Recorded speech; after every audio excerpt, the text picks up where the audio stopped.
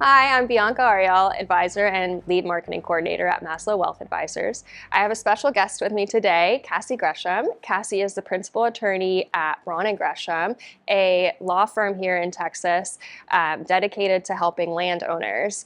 Her experience is in conservation, estate planning, and land rights, and she's got a ton of experience helping clients make decisions that will impact their legacy, basically. So Cassie, thank you so much for joining me today. Yeah, I'm excited to be here and to talk about our experience with Maslow and what we do for our clients. So it's a good, thank you for the opportunity. Of course. So we've gotten to work pretty closely with some mutual clients. So we have kind of firsthand experience about how things go. But just to start from basics, we'd love to hear more about what you do and what the process looks like. So at the beginning of everything, when you're first meeting a client, what are some of the biggest challenges that they face? Yeah, so many clients are coming to us and they own a large piece of land. So we represent exclusively landowners and across the entire state of Texas. So those have different needs. And so usually a client is coming to us and if it's in an estate planning context or they're trying to make long-term plans for what their family's going to do with their land, we're just talking with them about what their goals are, what their vision is. Maybe they want to conserve the land. Maybe they need to get some, to monetize the land or get some money out of it. And so we talk about, what does that look like for planning? What are some of the tools that we have available to help them do those things? And the partnership with Maslow has been really great because you guys can advise clients of, hey, remember we talked about our goal is, to be able to have this much money to be able to pass on to kids or grandkids, whatever the client's goal is.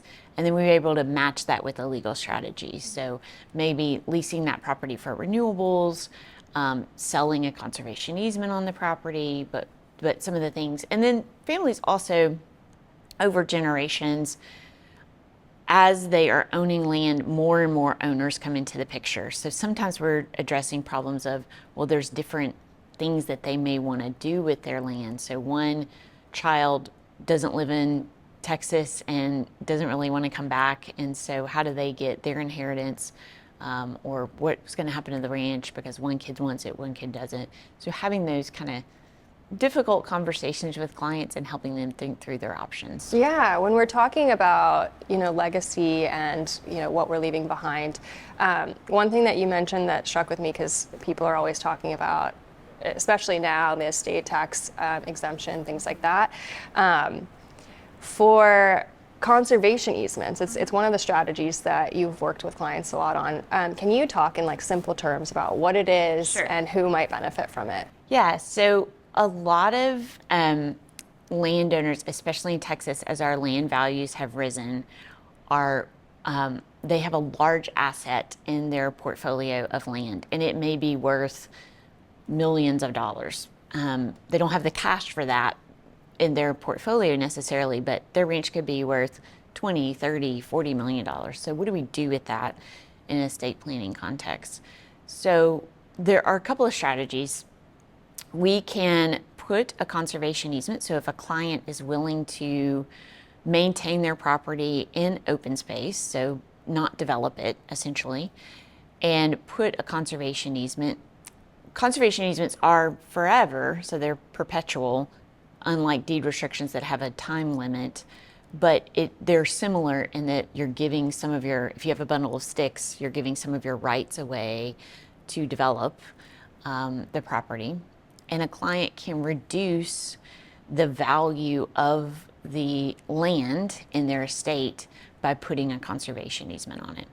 Another strategy for them is if a client has a big income event or they sell a business or something like that, and they have always thought about maybe putting a conservation easement on it. There are great benefits from an income tax perspective where they can take a tax deduction for a charitable donation of the conservation easement. So there's, kind of summarize, there's estate planning benefits and there can be income tax benefits, and we counsel clients through that. Yeah, it's a huge connection. I think that's why you said the collaboration process works so well, is like we're doing the financial planning, we're thinking about your income tax for the year, and you're helping come up with strategies to sort of reduce the taxable income, not only throughout their life, but throughout just that one tax year. So it's really kind of an awesome like joint effort. Yeah.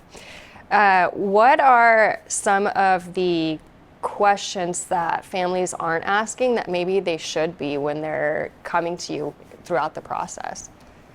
Yeah, I think that they probably aren't asking. I mean, we answer the question without them asking, but they probably aren't thinking about, they're thinking about the legacy. So they're definitely saying, like, what can I do with this? Or how do I hold on to this property? How do I get some money out of it? Those kind of things. But they may not realize all of the tools that are in their toolkit. So there are ways to, and advising clients, there may be property tax strategies where we can reduce the property taxes that they're paying now, but that has implications for owning the land in the future.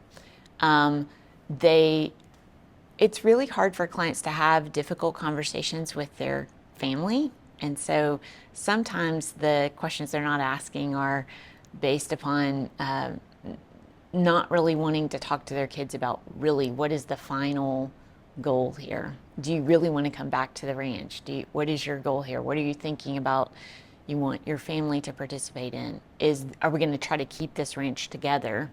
Well, then let's talk about some strategies to do that. There can be an operating agreement. We've also worked with families to decide to maybe sell a portion of the ranch, to monetize, to create a fund for a certain child, and then the rest of the ranch is conserved or saved for the other child that wants to be on the ranch. So I would say the difficult questions are the things that people don't know to ask, or just the conversations you're talking about of what is your long-term goal, what is your vision. Yeah, you're kind of uncovering things as you go along. And it is very true. Money is so personal, land is so personal, it's an emotional thing, and you know, you're kind of an objective third party to say, you know, these are the things you can do. Now you get to make the decision, whether it's by yourself or with your family, but you're making the decision essentially for multiple people.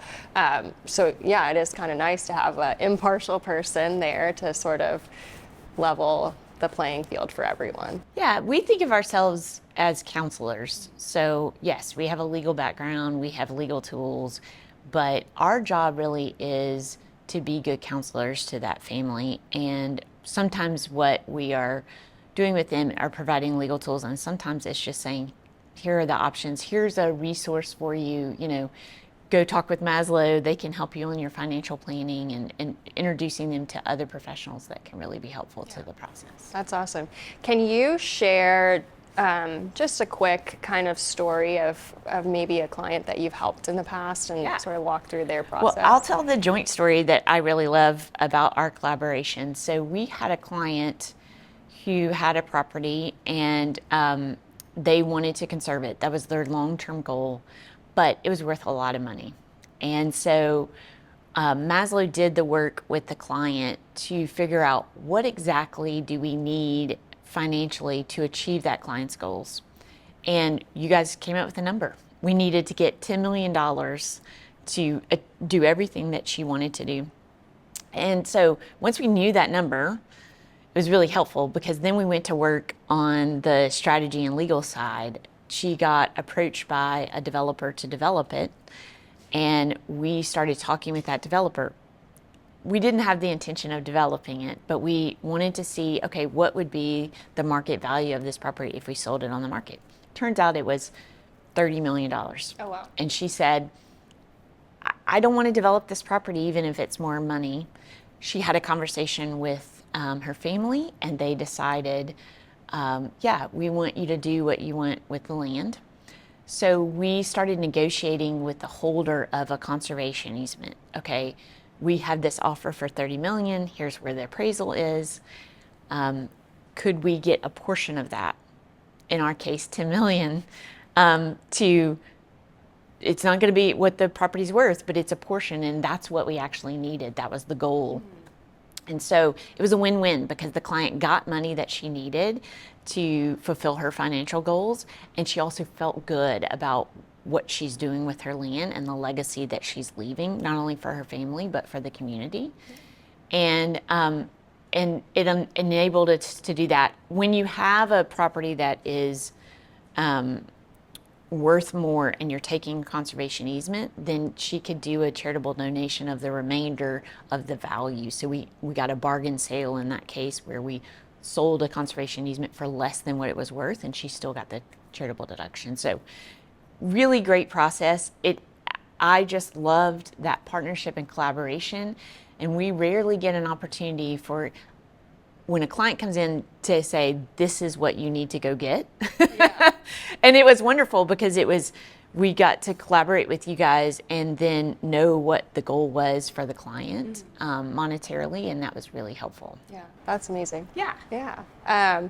So if people wanted to continue the discussion and have more questions, what's the first step that they can take? Yeah, so call us. Email me, call me.